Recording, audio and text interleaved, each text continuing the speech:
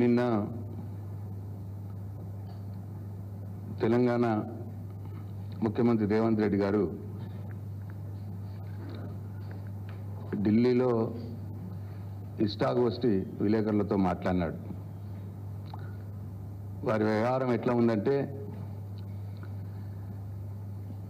గల్లీలో గల్లీజాందాలు చేసి ఢిల్లీలో గులాంగిరి చేస్తున్నట్టు ఆయన వ్యవహారం ఉంది. ఎందుకంటే ఆయన మాటలే పాపం ఆయన 2 రోజులుగా ముఖ్యమంత్రిగా మంత్రులకు తన శాఖను తాను ఇచ్చుకోలేని స్థితిలో 2 రోజులుగా ఢిల్లీలో పడిగాపులు కాసి వాళ్ళ అధినాయకుల అపాయింట్మెంట్లు కూడా దొరకని నిస్సహాయ స్థితిలో ఉండి ఆ ఫ్రస్ట్రేషన్లో ఆయన ఇష్టాగోష్ఠిలో మాట్లాడినట్టు కనిపిస్తూ ఉన్నది.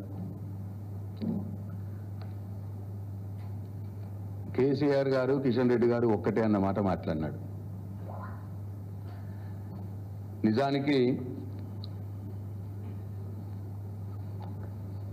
వాస్తవంగానైతే రేవంత్ రెడ్డి గారు, బీజేపీ ఒకటి. వాళ్ళ దోస్తాను ఎప్పటికప్పుడు అనేక సందర్భాల్లో బయటపడ్డది. ఉదాహరణకు బీజేపీ ఎంపీ విశ్వేశ్వరరెడ్డి గారు మీడియాలో చెప్పినాడు, రేవంత్ రెడ్డి గారు కాంగ్రెస్ పార్టీ తరఫున వీక్ క్యాండిడేట్లను మొన్న ఎంపీ ఎన్నికల్లో నిలబెట్టి మా బీజేపీ ఎంపీలు గెలవటానికి హెల్ప్ చేసినారు అని చెప్పి బీజేపీ ఎంపీ విశ్వేశ్వరరెడ్డి గారు స్వయంగా చెప్పినారు మీడియాలో. ఆయన చెప్పిన దాంట్లో వాస్తవం ఉంది నిజంగా. ఎందుకంటే మొన్న జరిగిన ఎంపీ ఎన్నికల్లో చూసుకుంటే మల్కాజ్గిరి పార్లమెంటు బీజేపీ అభ్యర్థి ఈటల రాజేందర్ గారి మీద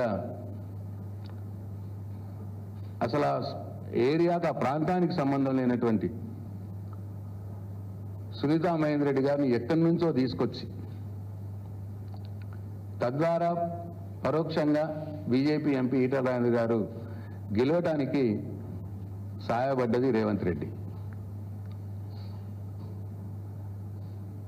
అట్లనే అది వేరే పార్టీల నుంచి తీసుకొచ్చి, మళ్ళీ వేరే పార్టీల నుంచి, వేరే ప్రాంతం నుంచి తీసుకొచ్చి ఈటల రాజేందర్ గారు బలమైన నాయకుడు, ఆయన ఎదురుగా బలహీన అంటే నా ఉద్దేశం ఆ ప్రాంతానికి సంబంధం లేని వ్యక్తిని తీసుకొచ్చి నిలబెట్టి ఆయనను గెలిపించడానికి దోహదపడ్డాడు రేవంత్ రెడ్డి.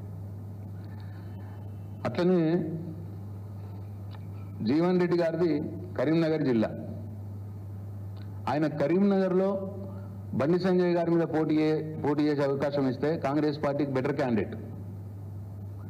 ఆయన కరీంనగర్లో ఇవ్వకుండా అక్కడ వెల్చాల రాజేంద్రరావు గారిని, ప్రత్యక్ష రాజకీయాలతో సంబంధం లేనటువంటి వ్యక్తిని, బండి సంజయ్, మరి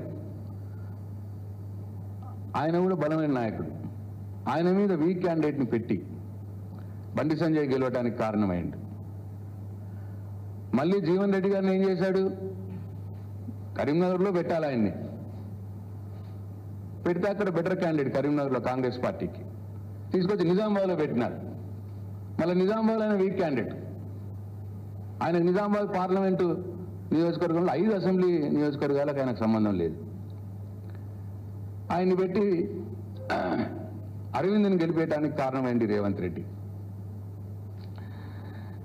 అక్కడనేమో బండి సంజయ్ని గెలిపేయడానికి కారణమైంది కరీంనగర్లో. అట్లనే సికింద్రాబాద్ కిషన్ రెడ్డి గారి మీద, ఆయన కూడా బలమైన క్యాండిడేట్ బీజేపీకి. అప్పటిదానిక బీఆర్ఎస్ పార్టీలో ఉన్నటువంటి ఎమ్మెల్యేగా ఉన్నటువంటి వ్యక్తిని తెల్లారి కాంగ్రెస్ పార్టీ టికెట్ ఇప్పించినారు రేవంత్ రెడ్డి. అంటే బీఆర్ఎస్ ఎమ్మెల్యేని కాంగ్రెస్ పార్టీ ఎంపీ అభ్యర్థిగా నిలబెడితే ప్రజలు నమ్ముతారా? కావాలనే అటు కిషన్ రెడ్డి గారిని గెలిపించాలి, బీజేపీ ఎంపీని గెలిపించాలని రేవంత్ రెడ్డి గారి ప్రయత్నం. చేసిండు, కిషన్ రెడ్డి గారు గెలిచిపోయినాడు. అట్లనే మెదక్లో రఘునందన్ రావు గారి మీద అప్పటి మటుకు ఎమ్మెల్యే ఎలక్షన్ కానీ ఎంపీ ఎలక్షన్లు కానీ అనుభవం లేనటువంటి ఒక యువకుణ్ణి నిలబెట్టి రఘునందన్ రావు గారు బీజేపీ ఎంపీగా మెదక్ నుంచి గెలవటానికి సహాయపడ్డాడు రేవంత్ రెడ్డి. అట్లనే ఆదిలాబాద్లో నరేష్, ఆయన మాజీ మంత్రి, మాజీ ఎంపీ నగేష్, ఆయన మీద అప్పటి మటుకు అసలు ఏ ఎలక్షన్లో పార్టిసిపేట్ చేయని, అంటే ఎమ్మెల్యే ఎంపీ ఎలక్షన్లో నిలబడినటువంటి ఒక వ్యక్తిని తీసుకొచ్చి నిలబెట్టి నగేష్ గెలుపుకు, బీజేపీ ఎంపీ గెలుపుకు కారణమైంది.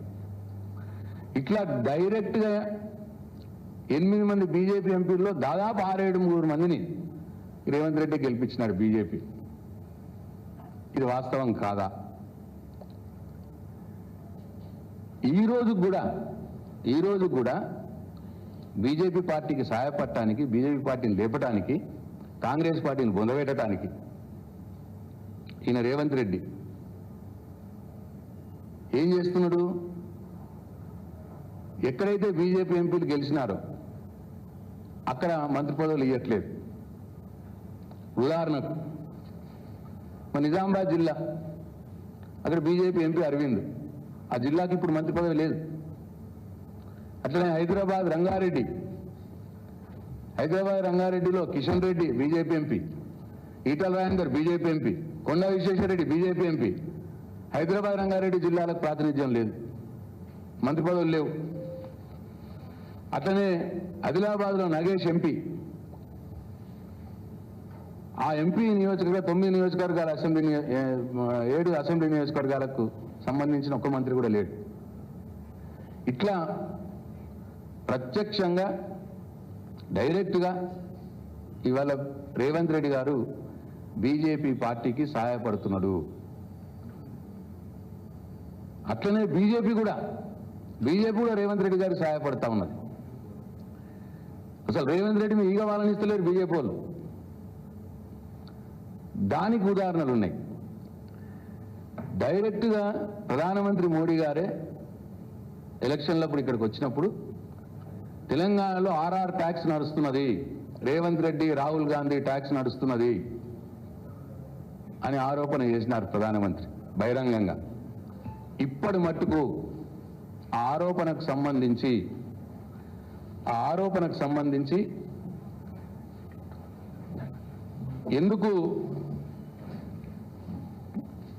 ఎందుకు ఎంక్వైరీ జరగట్లేదు? ఎందుకు మరి ప్రధానమంత్రి RR ట్యాక్స్ నడుస్తున్నది అని చెప్పినప్పుడు ఎందుకు ఈడీలు రావట్లేదు రేవంత్ రెడ్డి మీదకి? ఎందుకు సిబిఐ ఎంక్వైరీలు జరగట్లేదు రేవంత్ రెడ్డి మీద?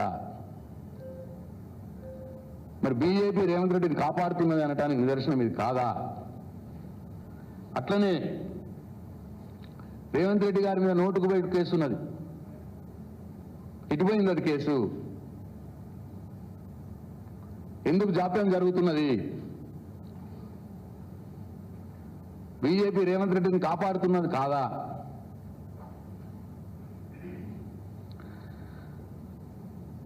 అతనే ఢిల్లీ పోయిన ప్రతిసారి రేవంత్ రెడ్డికి రాహుల్ గాంధీ అపాయింట్మెంట్ దొరకదు, కానీ మోడీ గారి అపాయింట్మెంట్ మాత్రం ఇమీడియట్గా దొరుకుతుంది.